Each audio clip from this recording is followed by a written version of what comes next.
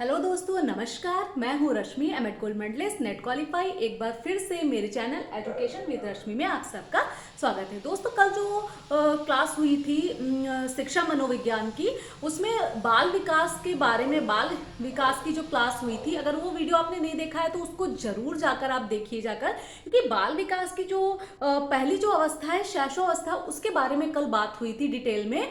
और शैशवावस्था में कौन कौन सी बच्चे की विशेषताएं होती हैं, और सबसे इंपॉर्टेंट कि किस तरीके से एग्जाम में आपकी क्वेश्चनिंग होती है, किन किन पॉइंट को आपको अपने नोट्स में ऐड करना है और उनको बार बार याद करना है, ताकि एग्जाम में कोई भी क्वेश्चन आपका गलत ना हो। तो अगर आपने कल की वीडियो नहीं देखी है तो पहले आप जाकर उसको देखिए, ठीक है। एक बार फिर से मैं क्लास शुरू करने से पहले उसको रिमाइंड करा देती हूँ कि जो शैशवावस्था है, एक मोटे तौर पर बात समझ लीजिए कि बच्चे को जो कुछ भी बनना होता है, ठीक है, शैशवावस्था 0 से 5 साल, यानी कि बच्चे को जो कुछ भी बनना होता है, सब कुछ उसका जो एक आधार होता है, उसके पूरे जीवन का आधार, पूरे जीवन की नींव जो होती है, चाहे वो शारीरिक पक्ष के रूप में हो, चाहे मानसिक पक्ष के रूप में हो, या फिर संवेगों के विकास के रूप में हो, वो पूरी की पूरी नींव कहाँ किस अवस्था में बन जाती है बच्चे की? शैशवावस्था में। उसी पर उसका पूरा का पूरा भविष्य निर्भर करता है, ठीक है। शैशवावस्था में बच्चे की कौन कौन सी विशेषताएं होती हैं, उनके बारे में डिस्कशन हुआ था। आज जो आपकी क्लास है उसमें जो टॉपिक है आपका आगे का, वो है शैशवावस्था में शिक्षा का स्वरूप, ठीक है। अब ये जो पॉइंट है ये भी इंपॉर्टेंट है एग्जाम के लिए भी, आपकी नॉलेज के लिए भी, क्योंकि अगर एक शिक्षक है उसको अगर बच्चे के बारे में, उसकी उम्र के हिसाब से, उसके आयु वर्ग के हिसाब से इस बात का ज्ञान नहीं होगा कि उसको शिक्षा किस तरीके की दी जाए, तो एक शिक्षक कभी शिक्षण कार्य में सफल नहीं हो पाएगा, ठीक है। तो इसमें सबसे पहले हम बात करते हैं कि शैशवावस्था का जो टाइम है वो सीखने का सबसे आदर्श काल है, ठीक है। सीखने के दृष्टिकोण से बात करें तो सीखने का आदर्श काल, ठीक है। बच्चे को आप जो भी बताएंगे, जो भी समझाएंगे, वो आगे आने वाले जो इसमें बताया गया है कि आने वाले 12 वर्षों में बच्चा उतना नहीं सीखता जितना कि शिशु अवस्था में, शैशव काल में 0 से 5-6 साल में जितना बच्चा सीख जाता है, जितना तेजी से सीख जाता है, क्योंकि इस अवस्था में बच्चे का शारीरिक के साथ साथ मानसिक विकास भी बहुत ज्यादा तीव्रता से होता है, ठीक है। तो जो सबसे पहले तो जो वैलेंटाइन एक हुए हैं, एक आपके मनोवैज्ञानिक हैं, उन्होंने बताया है कि जो शैशवावस्था है सीखने का आदर्श काल माना जाता है, ठीक है। इसको पॉइंट कर लीजिए, क्योंकि कभी कभी नाम से या फिर सीखने का आदर्श काल किस अवस्था को कहा गया है, या फिर किसने सीखने का आदर्श काल, शैशवावस्था को सीखने का आदर्श काल किसने कहा है, किसकी विचारधारा है, तो वहां पर नाम आएगा वैलेंटाइन की विचारधारा है, ठीक है। अब सबसे पहले हम बात करते हैं शिक्षा का स्वरूप की, तो इसमें सबसे पहले बात आती है वातावरण की, ठीक है। पहला पॉइंट आता है उचित वातावरण, उचित वातावरण, ठीक है। शैशवावस्था में छोटा बच्चा है, शिशु है, अगर उसकी शिक्षा को इफेक्टिव टीचिंग करनी है, एक प्रभावशाली शिक्षण कार्य करना है, ऐसा कि बच्चे को, क्योंकि छोटे बच्चों को पढ़ाने के लिए बहुत ज्यादा पेशेंस की जरूरत होती है, धैर्य की जरूरत होती है, ठीक है। तो उनके लिए सबसे पहले तो एक वातावरण तैयार किया जाता है, ताकि बच्चे क्या करें कि उस वातावरण में ढलकर ही शिक्षण कार्य सीख जाएं, शिक्षण कार्य आप करें, और बच्चे क्या करें, खेल खेल में हर बात सीखे, यानी कि बच्चों को शिक्षा के प्रति क्या अच्छा वातावरण देना है, बच्चे की शिक्षा के प्रति रुचि उत्पन्न करनी, यानी कि कोई बच्चे के मस्तिष्क पर किसी भी तरीके का बोझ या किसी भी तरीके का दबाव नहीं डालना है पढ़ने के लिए, ठीक है। क्योंकि यही एक ऐसी अवस्था है कि अगर यहाँ पर बच्चे पर आपने किसी भी तरीके का दबाव डाला या प्रेशराइज किया, बच्चे को किसी भी तरीके से मानसिक दबाव डाला पढ़ने के लिए, तो बच्चे की जो शिक्षा के प्रति, पढ़ने के प्रति रुचि है, वो पूरी तरह से क्या हो जाएगी, समाप्त हो जाएगी, और वो पढ़ाई से क्या करेगा, भागने लगेगा, ठीक है। उसका पढ़ाई में बिल्कुल उसको बोझ लगने लगेगा कि ये मतलब जबरदस्ती डाला जा रहा है, जबरदस्ती मेरे पे थोपा जा रहा है। बहुत से ऐसे गार्जियन देखे हैं मैंने कि शिक्षक भी हैं कि जिनको मान लीजिए कि वो ट्रेंड नहीं है, जिनको बाल मनोविज्ञान का पूरा ज्ञान नहीं है, वो बच्चे को क्या करते हैं कि डरा के धमका के गलत तरीके से प्रेशराइज करते हैं, सिर्फ किस लिए कि थोड़ा सा और मैनेजमेंट में लगे कि हाँ ये बच्चों को बहुत अच्छा सिखा रहे हैं, बच्चे सीख रहे हैं। और यही गार्जियन करते हैं, गार्जियन भी यहीं पर मिस्टेक करते हैं कि वो बच्चों पर एक तरीके का अनावश्यक दबाव बनाने लगते हैं। आपको, चाहे आप गार्जियन के रूप में हैं या फिर आप शिक्षक के रूप में हैं, आपको बच्चे को एक अच्छा वातावरण देना है, बच्चे पर किसी भी तरीके का दबाव नहीं डालना है, ठीक है। घर का माहौल, अभिभावक की पूरी जिम्मेदारी बनती है कि बच्चे को घर में एक अच्छा शैक्षिक वातावरण दे। छोटा बच्चा है, वो चीजों को देखकर, आपको देखकर सीखेगा, उसमें रुचि उत्पन्न करना है चीजों के प्रति। खेल खेल में, चलते फिरते आपको हर एक चीज उसको सिखानी है, ठीक है। तो उसमें क्या होता है कि नॉर्मली बच्चा अंदर जा रहा है, बाहर जा रहा है, हर चीज वो देखेगा, वो अपने आप चीजों को कैच करते हुए सीख जाएगा। अगर बच्चे के हाथ में मोबाइल नहीं है तो इस शर्त पर, वरना तो बच्चा सिर्फ क्या देखेगा, मोबाइल देखेगा। बाहर बच्चे घूमने जाते हैं, टहलने जाते हैं, बहुत सी चीजें हैं नेचर में देखने के लिए, फूल पत्ती है, पशु पक्षी हैं, ठीक है। और घर में बच्चा आता है तो घर में भी एक माहौल उसको मिलना चाहिए, यानी कि पढ़ाई कहीं पर भी बच्चे को बोझ नहीं लगनी चाहिए। क्योंकि इस स्टेप पर अगर आप सक्सेस हो गए तो छोटे बच्चों की, शिशुओं को पढ़ाई के लिए कभी भी उनको पढ़ाने में, चाहे गार्जियन हो चाहे शिक्षक हो, किसी भी तरीके की समस्या नहीं आने वाली, ठीक है। अब दूसरी बात आ गई उचित व्यवहार।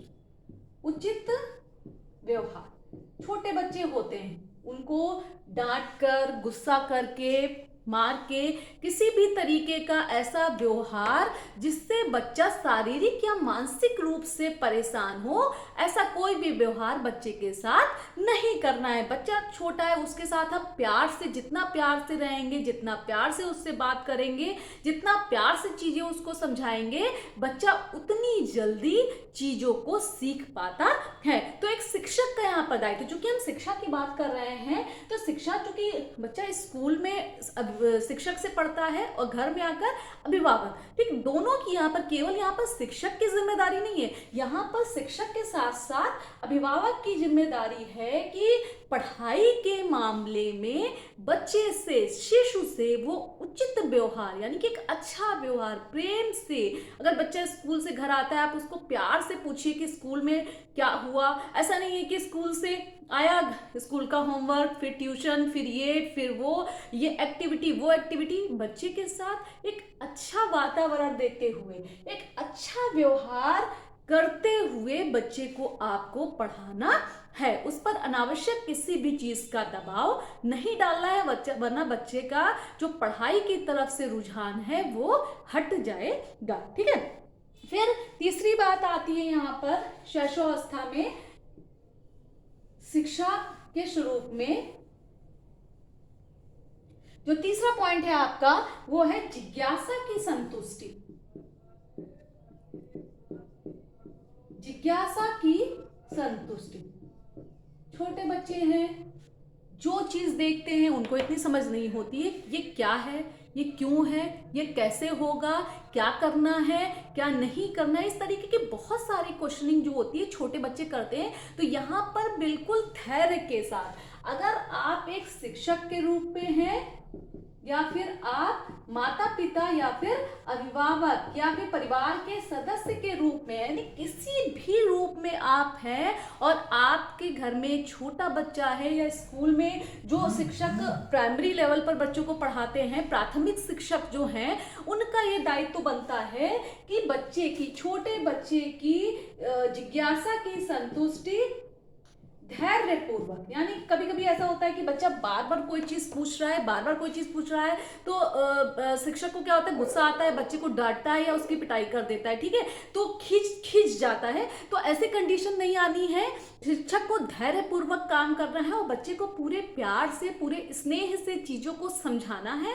और जो उसके लेवल की है, क्योंकि बहुत सारी चीजें ऐसे ऐसे बच्चे क्वेश्चनिंग कर देते हैं कि उनका लेवल ऐसा होता है कि जो उनके स्तर की नहीं होती, ना तो वो उनको समझ आएंगी और ना ही एक शिक्षक अभिभावक उनको समझा पाता है, लेकिन फिर भी बच्चे जिद में पूछते हैं। तो उसी का आंसर जो सरलीकरण, यानी कि सबसे सरलतम रूप में आपको बच्चे की उस जिज्ञासा की संतुष्टि करनी है, ठीक है।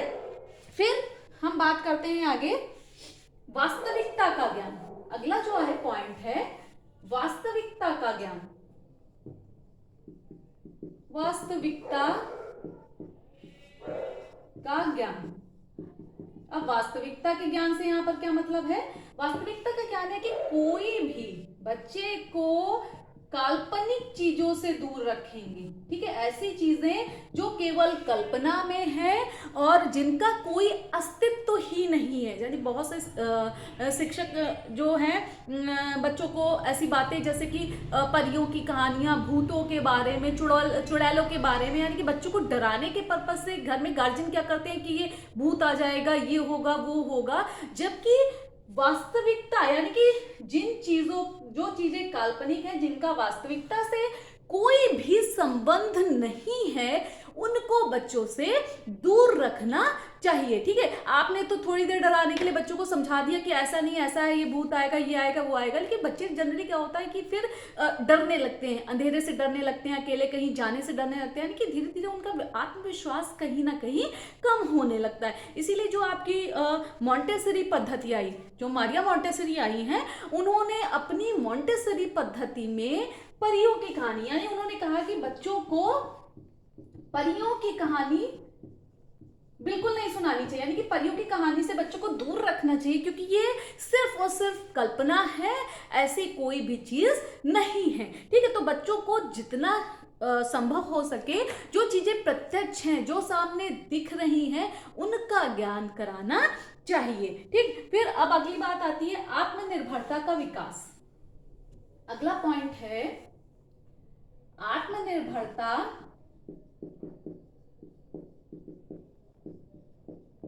का विकास।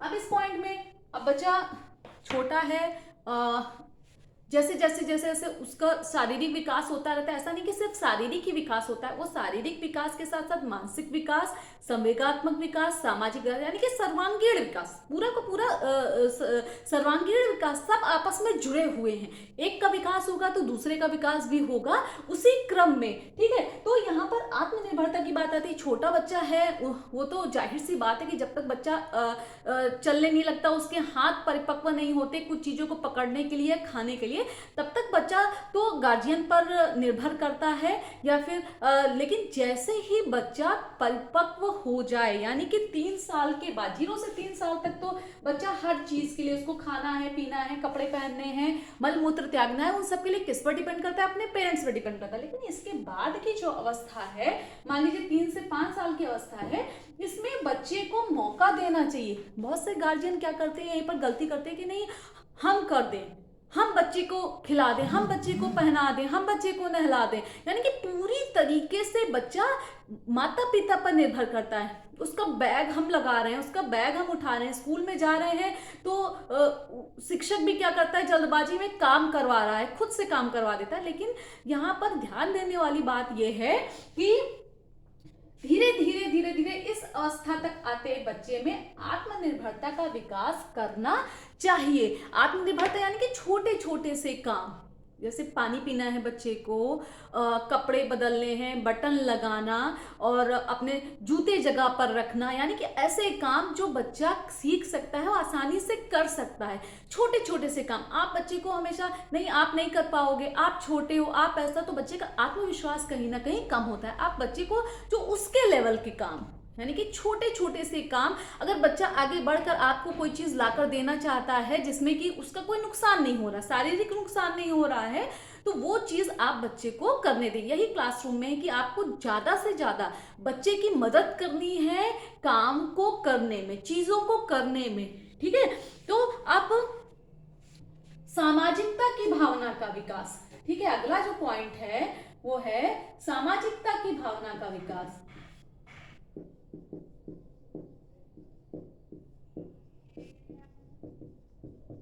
सामाजिकता की भावना का विकास, इस पर तो बहुत डिटेल में चर्चा हुई थी कल कि ये क्वेश्चनिंग एग्जाम में आती है कि जहां कहीं भी बात आएगी कि सामाजिकता के विकास का प्रारंभ, ठीक है, प्रारंभ की बात आएगी कि सामाजिकता की भावना का विकास किस अवस्था से प्रारंभ हो जाता है। वैसे तो बच्चे का जो पूरा का पूरा सामाजिक विकास है वो बाल्यावस्था में होता है, लेकिन अगर प्रारंभ की बात करें, अगर क्वेश्चन में आपको एक पॉइंट ये मिल गया कि प्रारंभ किस अवस्था से होता है, तो आप सीधा सीधा अगर शैशवावस्था है तो आप शैशवावस्था में जाके टिक करेंगे। और अगर शैशवावस्था के दो नाम दिए हैं, प्रारंभिक शैशवावस्था या फिर उत्तर शैशवावस्था, ठीक है, प्रारंभिक 0 से 3, उत्तर 3 से 5, ठीक है। अगर इस तरीके का ऑप्शन दिया होता है तो उसमें आप उत्तर शैशवावस्था टिक करेंगे, और अगर केवल शैशवावस्था दिया होता है, केवल प्रारंभ की बात, या शैशवावस्था कभी कभी दे देते हैं शैशवावस्था के अंतिम वर्षों में, ठीक है। तो ये सब अगर कुछ भी इसमें से पूछा जाता है, और सिर्फ एक पॉइंट आपको याद रखना है, प्रारंभ होता है शैशवावस्था में। तो सामाजिकता की भावना का विकास, अब बच्चा इस अवस्था में, शैशवावस्था के अंतिम वर्षों में क्या होता है, स्कूल जाने लगता है। स्कूल को हम क्या मानते हैं कि स्कूल जो होता है हमारे समाज का लघु रूप होता है। बच्चा वहां पर और बच्चों के साथ बैठना सीखता है, उनमें चीजें शेयर करना सीखता है, आपस में मिल बांट कर रहना सीखता है। तो इस तरीके से कहीं ना कहीं उसमें सामाजिकता की भावना का विकास आता है। यहाँ पर भी एक जो प्रमुख दायित्व होता है वो किसका होता है कि एक शिक्षक के रूप में एक हमारा प्रमुख दायित्व ये बन जाता है कि बच्चे को कैसे सामाजिक परिस्थितियों में धीरे धीरे धीरे धीरे ढाला जाए, ठीक। फिर उसके बाद हम बात करते हैं मानसिक क्रियाओं का अवसर। अगला जो पॉइंट है, मानसिक क्रियाओं का अवसर, ठीक है। बच्चे को मेंटल एक्टिविटी करने के ज्यादा से ज्यादा अवसर दिए जाएं, ठीक, कि ऐसी एक्टिविटीज की जाएं, इन मेथड से, विधियों से छोटे बच्चों को पढ़ाया जाए कि वो ज्यादा से ज्यादा मानसिक क्रियाएं करते हुए अपना जो शिक्षण कार्य है उसको संपन्न करें, ठीक। फिर आगे हम बात करते हैं अच्छी आदतों का निर्माण। अच्छी आदतों का निर्माण, यहाँ पर भी शिक्षक के साथ साथ अभिभावक या माता पिता दोनों की जिम्मेदारी बनती है, क्योंकि छोटा बच्चा शिशु है, उसमें अच्छी आदतें छोटे बच्चों को कहानियों के माध्यम से, प्रेरक प्रसंगों के माध्यम से उनको बताना चाहिए, उनको समझाना चाहिए कि छोटी छोटी आदतें, जैसे कि बड़ों का आपको सम्मान करना है, किसी से चिल्ला के बात नहीं करनी है, सच बोलना है, अपना सारा काम समय पर करना है, समय से उठना है, समय से सोना है। यानी कि ये सारी बातें, ये सारी चीज़ें जो हैं यहाँ पर एक कहते हैं कि दोनों का, एक अभिभावक का और एक गार्जियन का, माता पिता का, दोनों का यहाँ पर रोल होता है, दोनों की अहम भूमिका होती है। क्योंकि अगर बच्चा घर में, स्कूल में तो उसकी मैम बोल रही हैं कि आपको हमेशा सच बोलना चाहिए, लेकिन वो घर में देख रहा है कि उसके गार्जियन हैं, जो माता पिता हैं, ठीक है, वो छोटा बच्चा होता है, आपको लगता है कि वो छोटा बच्चा है, किसी चीज पे ध्यान नहीं दे रहा, लेकिन बच्चा क्या होता है, घर में होने वाली हर गतिविधि पर उसका ध्यान रहता है। तो माता पिता को देख रहा है कि वो झूठ बोल रहे हैं, या फिर पिता को देख रहा है कि लेट ऑफिस जाते हैं, लेट काम पे जाते हैं, ठीक है, उनका कोई रूटीन नहीं है किसी भी चीज का। तो वो सब चीजें बच्चा जब ऑब्जर्व करता है तो कहीं ना कहीं उसके मन में एक प्रश्न उठता है कि अगर मुझे ये चीज बताई गई है स्कूल में, लेकिन यहाँ पर तो मेरे खुद के गार्जियन ऐसा कर रहे हैं, तो वो उस पर कहीं ना कहीं क्वेश्चनिंग करने की कोशिश करता है। तो यहाँ पर माता पिता की भी जिम्मेदारी बनती है कि बच्चे के सामने बच्चे के में अच्छी आदतों के निर्माण में शिक्षक के साथ साथ माता पिता का भी सहयोग आवश्यक है। ठीक है, अब क्रिया द्वारा शिक्षा। अब अगला जो पॉइंट है,